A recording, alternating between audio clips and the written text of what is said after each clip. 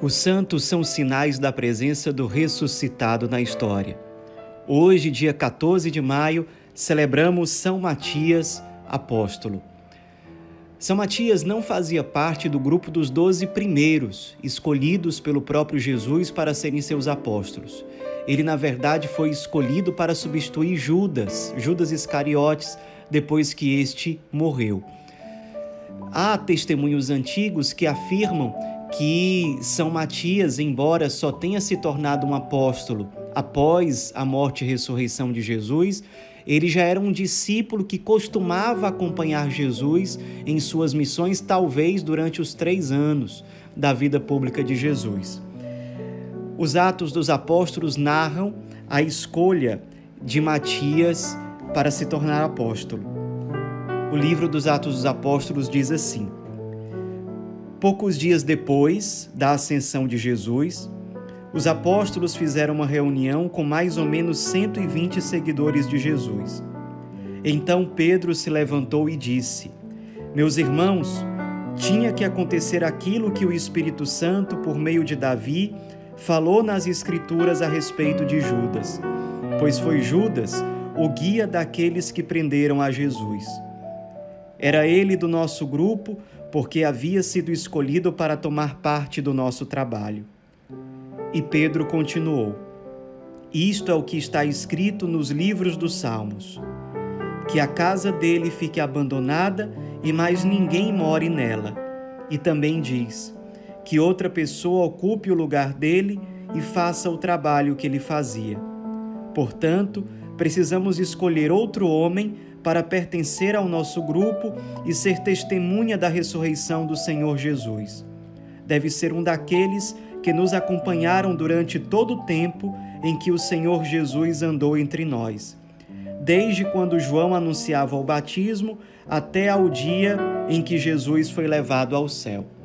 Então, seguindo esses critérios apresentados por São Pedro, os apóstolos se colocaram em reunião e elegeram 2 homens, 2 discípulos de Jesus, que, seguindo essas características, que poderiam ocupar o lugar que antes era de Judas Iscariotes. A dúvida ficou entre José, chamado Barsabás, apelidado de o Justo, e também sobre Matias. Os apóstolos, então, os discípulos, certamente toda a igreja reunida se colocou em oração, pedindo a Deus a graça de fazer a sua vontade, e após rezarem, tiraram a sorte, e a sorte caiu sobre São Matias. São Matias, portanto, foi resposta de Deus à oração da igreja. Todos nós, de algum modo, somos resposta para a oração de alguém. Certamente, neste momento, há alguém rogando a Deus, pedindo alguma coisa, apresentando uma necessidade, e talvez a resposta de Deus para essa pessoa seja você. Matias foi resposta para os primeiros apóstolos, para os primeiros cristãos.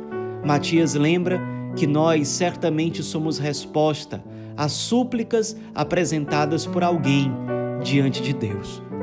Sejamos fiéis à vocação de sermos resposta. Imitemos São Matias. Depois de se tornar apóstolo, a Bíblia pouco fala sobre ele.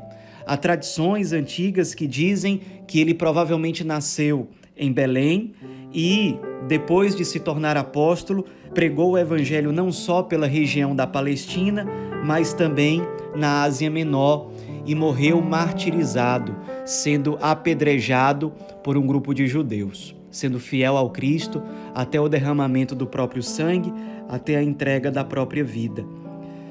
Tempos depois, séculos depois da sua morte, há testemunhos também que dizem que suas relíquias foram levadas por Santa Helena, mãe de Constantino, até Roma, e hoje, em parte, essas relíquias estão na igreja de Treves, na Alemanha, e outra parte está disponível para a veneração dos fiéis na Basílica de Santa Maria Maior, em Roma. Vamos seguir o exemplo de São Matias, na fidelidade ao Evangelho até o derramamento do próprio sangue, até a oferta total da própria vida. Vamos assumir com alegria, com destemor, a vocação de sermos resposta à oração e à súplica de tantos. Aprendamos com São Matias e que ele interceda por nós. Amém.